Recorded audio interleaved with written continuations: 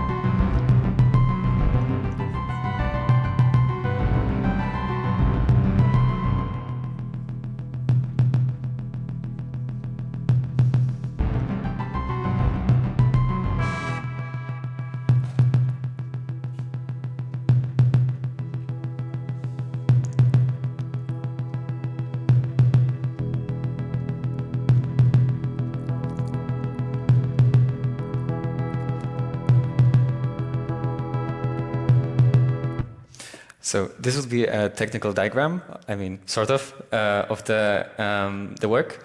You can see the input images in the top left. We staged it digitally in Unreal Engine because half of the success of any video piece depends on the venue and the size of the screen, so it was a very nice way of faking it. And the entire collective is what I would call a collective as a figure of speech. I had this intuition for quite some time that a collective is a kind of like a magical word in the art world. And I wanted to work for some time with sort of an alter ego artistically. And I thought it would be interesting to do it in the form of a collective which would present itself as this reclusive group which decided to live in a bunker, which is a gym but also an art studio, and they're working purely on motion AI. And as any good collective would do, we investigated our own roots. We prompted solid flesh into stable diffusion. And these contorted images is what came out on the other side. So then we made an apology video, as we should. We see the same staged images and some sculptures based on the Muybridge stills.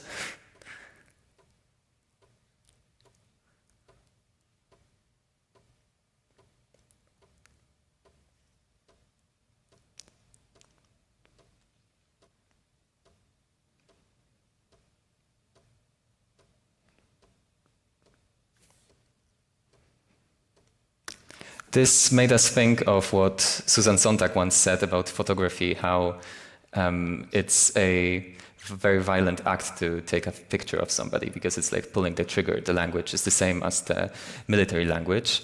But of course, this is in a way legacy discourse. In this space, we care a lot about privacy, and I really enjoy how there are no photos taken of the audience. Like we, the audience of the CC, are not made into a spectacle for social media.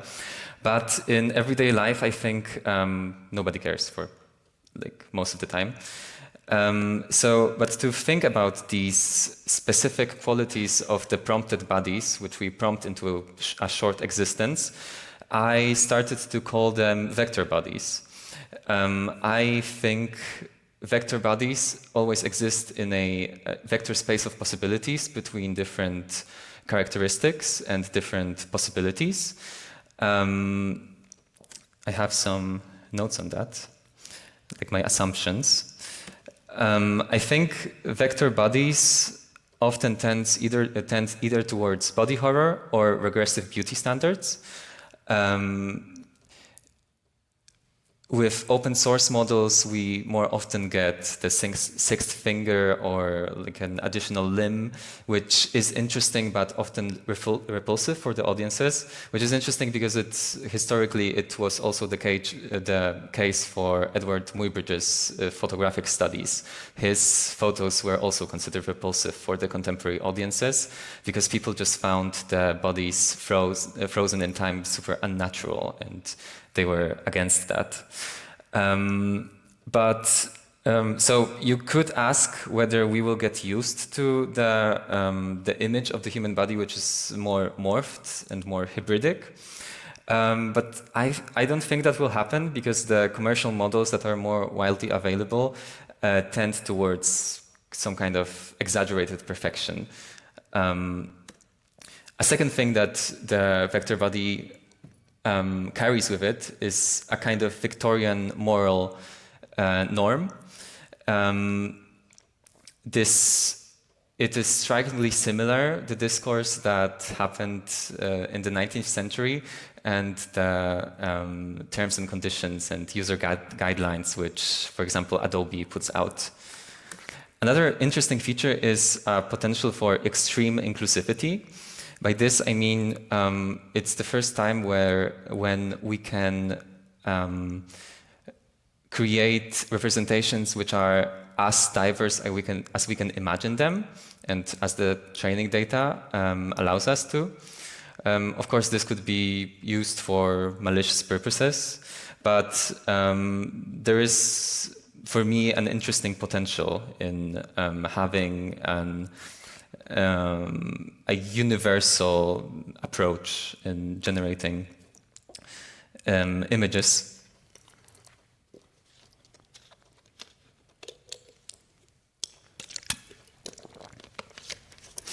Another feature that the vector body carries with it is that the aesthetics change so fast that usually I think it's the first time when we can't keep up with the new tools, because before we manage to master them, they change. So we need to pick what we care about as artists. And all these thoughts were developed while I was creating this series of work, which I called the Trying to series. Each loop is a little universe where different characters are staged in similar settings, and each character is individually trying to enact some change in their environment, which is usually some kind of a violent action, but they're always failing. And after I created this series of video works, I was wondering whether it's possible to create some cheap artificial discourse around it. So I used a tool called Notebook LM, which you can feed with different sources and chat about it with the AI. But you can also create a podcast. And I created 2 hours. Yes, 2 hours of conversations where two fictional hosts mimic the human way of conversing. And I edited it down to 10 minutes. And I have very mixed feelings about this piece, because while I was making it, I was astounded by how stupid the conversations are. But with time, with repeated listening, I started to kind of internalize the thoughts that these hosts are sharing. So it's a very weird journey from my experience. I'm going to play you a part of this work. All right, so get this. We're going deep today on these AI video loops. They're called Trying To, and they're super weird, but also like really make you think. Yeah, you could say that. It's like, imagine if every time you tried to do like anything, the world just sort of glitched out on you. Yeah, it's not like robots or anything. It's like these super realistic videos, but the physics are all messed up. Right. And it's not just one video, it's like a whole series. They're broken down into these cycles, like trying to snap a branch or trying to tie a knot. And each of those has all these little loops, like 25 frames of people just like endlessly failing at the task. Yeah, so the project, it doesn't seem to be about the AI actually creating some kind of finished product or masterpiece or anything like that. Right. The art is more about the AI's attempts to create something. Oh, okay. It's like we're watching it try and maybe even fail. Okay, I think I get that. Yeah. But why is that considered art? Like, my computer struggles all the time. I don't consider that art. What makes this different? Yeah, that's a good question. I think one way to think about it is that Muybridge talks about how AI is still bound by what he calls the symbolic order. Okay. Which is basically like the language and the code that we use to create it. So even when it's learning, it's still kind of stuck within the limits of what we've given it. So it's like if you're trying to learn a new language, but you only have this really bad dictionary that's missing like half the words. Exactly. You can try to express yourself, but you're always going to hit these walls. Yeah. And I think that's where the Trying To project gets really interesting, because is that what it's showing us? Is it showing us the AI hitting those walls? Right. Or is it even commenting on how maybe our own thinking is also limited by these systems that we create? Okay, this is too much. I need a break. But we're just getting started. We'll be back to dive into some even weirder stuff after a quick break. If you're listening and you want to learn more about Trying To, check out the show notes. We'll include links to the artist's website and writings so you can explore further. So we left off talking about how Rotajek actually had an AI analyze his own work, like a digital art critic. Yeah, using Google's Notebook LM. Right, that's the one. An AI that can like take notes, generate ideas, even have whole conversations about specific topics. It's wild what AI can do these days. Yeah. So he fed Notebook LM all this info about Trying To, Yeah. and let it create a whole podcast episode about it. Pretty much. I mean, it's like a commentary track on top of the already meta concept of AI making art about AI. So meta, it hurts. My brain is glitching just thinking about it. But okay, so what did the AI think about the art? Did it get it? That's the thing. It's kind of hilarious. The AI hosts, they use all this fancy language, theoretical jargon, but it was so clear they were just mimicking intelligent conversation. Like they were going through the motions, but there was no real depth. Exactly. They missed the whole emotional core of the work. The anxieties, the sense of struggle. It makes me think of those times you're stuck in an automated phone system. Pressing button after button, and you can just feel the frustration build. Oh, totally. Like you're talking to a wall, there's no real understanding on the other end. Just a series of pre-programmed responses. Which is ironic, because that's kind of what the Trying To loops are about, right? Being stuck in these systems that don't care about your individual struggle. Bingo. And that's one of Rotajek's big points. The potential for AI to create this kind of simulated empathy. A surface level understanding that lacks any genuine depth. So the AI analyzing his work was like another layer of the Trying To concept itself. I never thought of it that way. But yeah, totally. The AI was trying to understand the art, but it was trapped in its own limitations. Whoa, it's like AI inception. Right. And it makes you wonder, how much of our understanding is just mimicry, too? How often do we use fancy language without truly grasping the meaning? Okay, you're just messing with me. That's deep. Like, are we all just robots programmed to sound smart? Maybe not robots, but I think it's a valid question, We're so quick to judge AI for its shortcomings, but how often do we fall into the same traps? That's a good point. It's like the AI is holding up a mirror to our own intellectual habits, making us confront the possibility that we might be more machine-like than we care to admit. Exactly. And for Rotajek, as an artist, that realization was both unsettling and inspiring. He's talked about how listening to the AI analyze his work made him question his own creative process.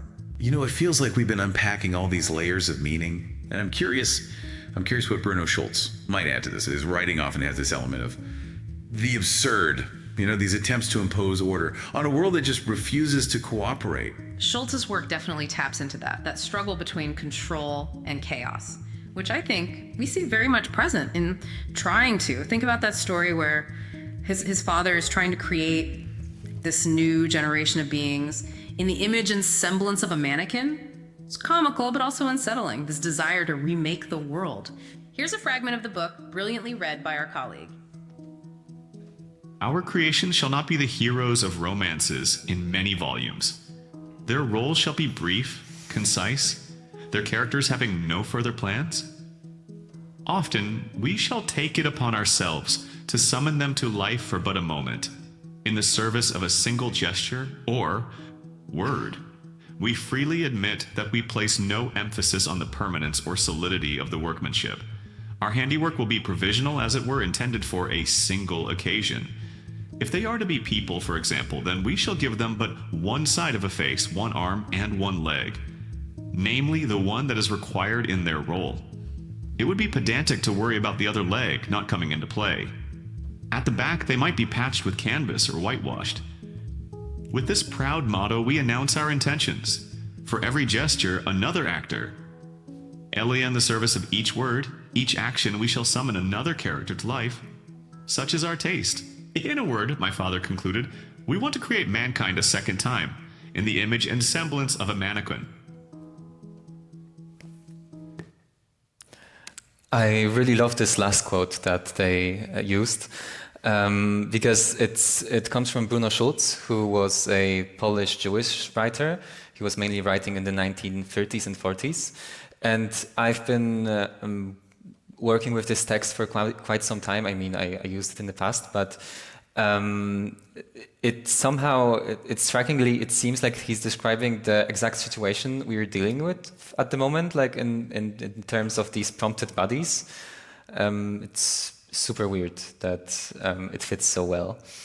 That brings me to my super serious suggestion number one, because I wanted to use this occasion of being in a room of super smart people to discuss a couple of like weird ideas to how we can kind of patch some of these tools that work badly, but with like simple kind of hacky interventions, they could maybe work better.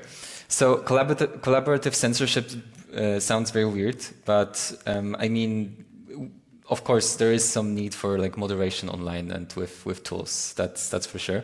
But the way that images get rejected nowadays is just, I don't know, stupid. Like how is this pornography? I don't get it. And also sometimes you can really trick it in funny ways. Like in this case, I reversed the colors and suddenly it's okay. I mean, it's not a good loop, but yeah, it works.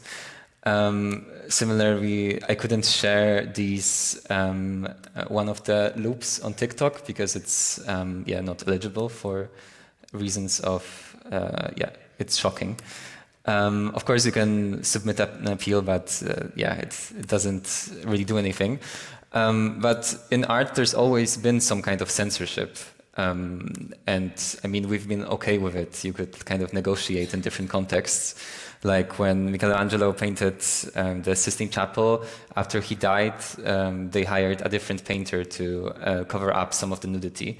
But they didn't ban the whole fresco, or another of his pieces is censored here in the 19th century photograph.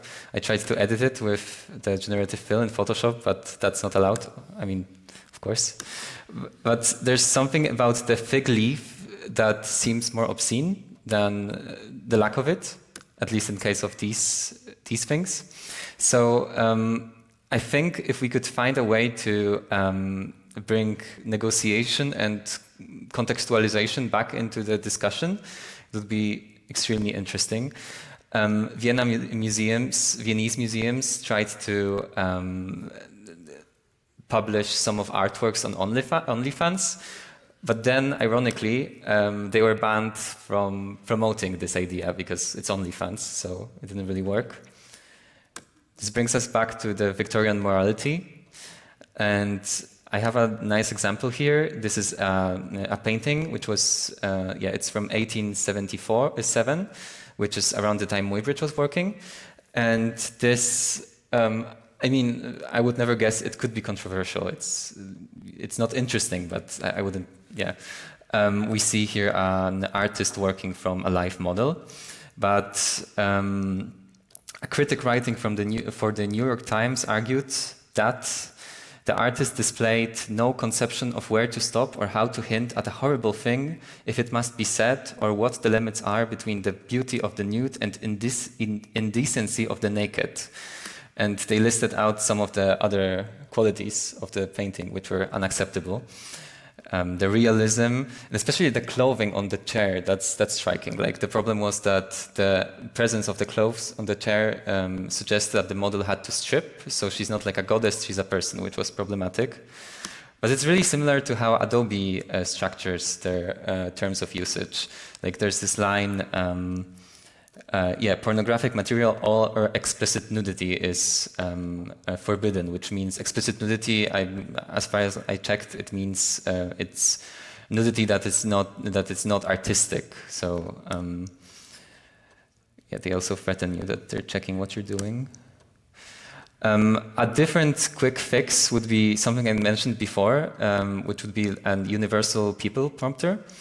I tried to do it in a way. I created a mock-up of a website where you can type in a prompt and it generates variations of the prompt with randomized human characteristics.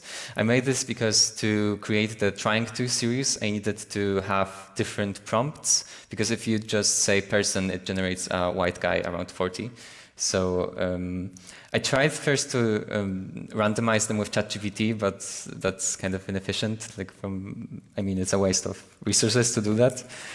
And also it does weird things. And in this case, the prompts which are generated here are not probable. I mean, they're not constructed with conditional probability in mind. So the concatenation of different characteristics are not linked to each other. But you can raise concerns, which I think is important in this kind of tool to give some voice to the user. And that brings me to our last thought. I developed with my colleague Chiara from digital art department where we study in Vienna. I forgot to mention that. We have been discussing a lot about the AI fatigue we started to feel, which is caused by using so many of these tools and like losing the grip on what's our work and what's not, and like why should we care about anything. And we are working on this AI rehab agent, which you could call, and it would offer you some pseudo-therapy and also gather some information about how do people experience these kind of feelings. And we made a short showcase where we talked with the agent, but we did it only a couple of days ago, so it's very, very rough. Hello, I'm the AI fatigue rehab agent. Ironically, I'm here to help you feel less overwhelmed by AI, by being AI. If you're ready, tell me how you've been relating to AI lately. I feel like I'm in a loop where some days I'm super excited by all the new tools that are changing every week. And at other times it just feels like a pointless race that is depleting the Earth's resources and leading nowhere. What kinds of AI are you interacting with the most? Mostly text-based AI. Okay, text-based AI. How does that kind of AI make you feel overwhelmed? Is it the endless possibilities, the speed of generation, or something else? All of it, honestly. The fact that it's everywhere. It's flooding everything. It's flooding my vision. It's flooding all of my senses and everything I see and perceive. It almost feels like some sort of mild psychosis, if you will. Makes sense. It's a lot to take in. So you're saying it feels like a digital deluge? Yeah, exactly. Okay, I'll flood you with a wave of text. Tell me if it overwhelms you. The cat sat on the mat, the dog chased the cat ran away, the dog barked, the cat meowed, the sun shone, the rain fell, the wind blew, the leaves fell, the birds flew, the fish swam, the flowers bloomed, the trees grew, the stars shone, the moon glowed, the night fell, the day broke, the world turned, the time passed, the life went on. How does that make you feel?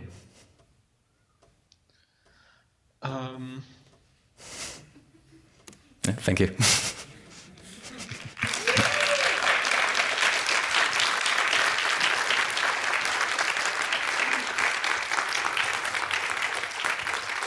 Thank you, Marcin, for your inspiring insight of your work.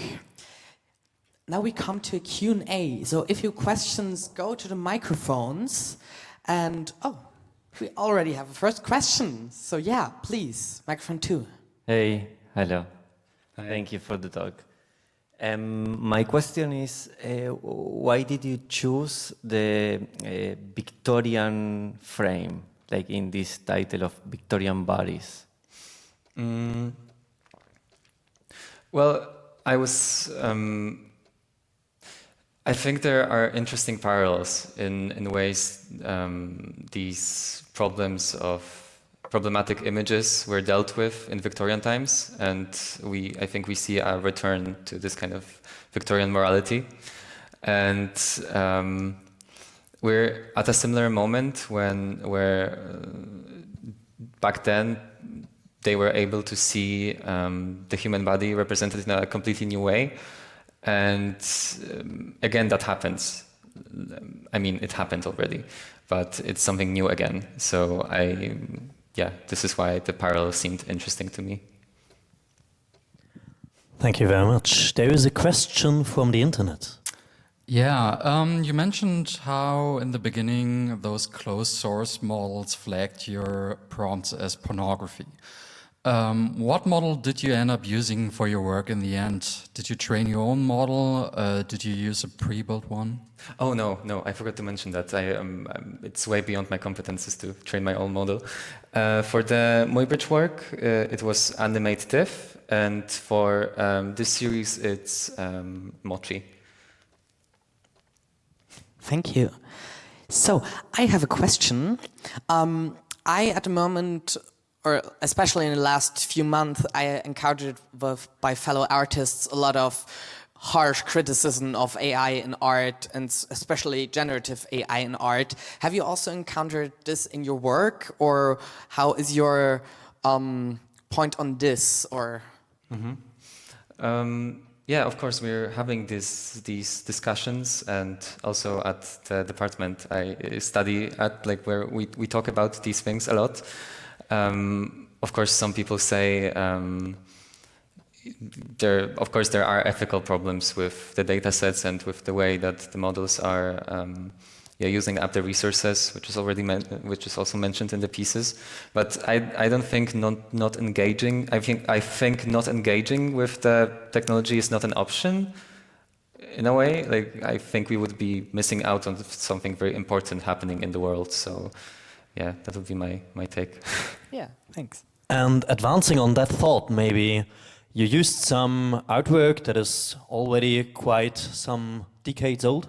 And how do you feel about the thought that someday an artist will use your art to generate a new model, to train something and make something new out of it? Is that something that honors you, or is that something where you say, well, that's copyright, that's an uproar, it should be yours? No, it's amazing, like copyleft, yes. Yeah. Thank you very much. So, are there more questions from the internet? I think for the moment. One more. Yeah, one more? One more. One more. You mentioned multiple times now that generative AI models may be unethical because you may use them to generate art or depictions of humans for malicious purposes, or even maybe weaponize them. In your personal opinion, is it ethical to use generative models depicting humans? And if not, what would be necessary to make them ethical? I don't think I'm the right person to answer this question. I mean, I think you can use them in more or less ethical ways, but I'm not sure. I don't have a good answer for that. Thank you. I have a question as well, again. We've seen now this. Is it, like, in what form is it accessible to watch again, to enjoy it, or is it somewhere exhibited? It is on my website, which is displayed on the slide, and my Instagram, which is always also on the slide. So there for now, yeah. Okay, cool. So we know where to check it out. And then also, is there something next, like in lineup with also this project or something else?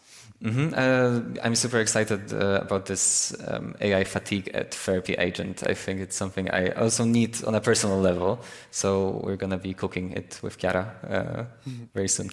Cool. I'm also excited. And as maybe a final question, you said that you had problems with the censoring of the software, of the models. And you are advancing on breaking that and, of course, using your pictures. But are you sure you really want to see everything that AI can generate? Or is there something you already encountered in your data that scared you, that you said, well, I don't want to incorporate that because it looks, yeah, you mentioned body horror, right? So what about that? Yeah, we definitely need some moderation. But I don't want to see the AI stuff that I see in like the commercial side.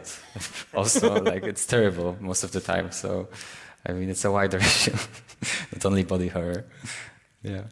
Yeah, thank you very much. And so as a final comment, I think the audience really liked how you put all these brilliant pictures into scene and putting them into an exhibition. So if anybody is out there who wants to have you in an exhibition hall with these pictures, I think we all would really like to see them. So a big shout out and applause, and thank you very much. Thanks so much. Thank you.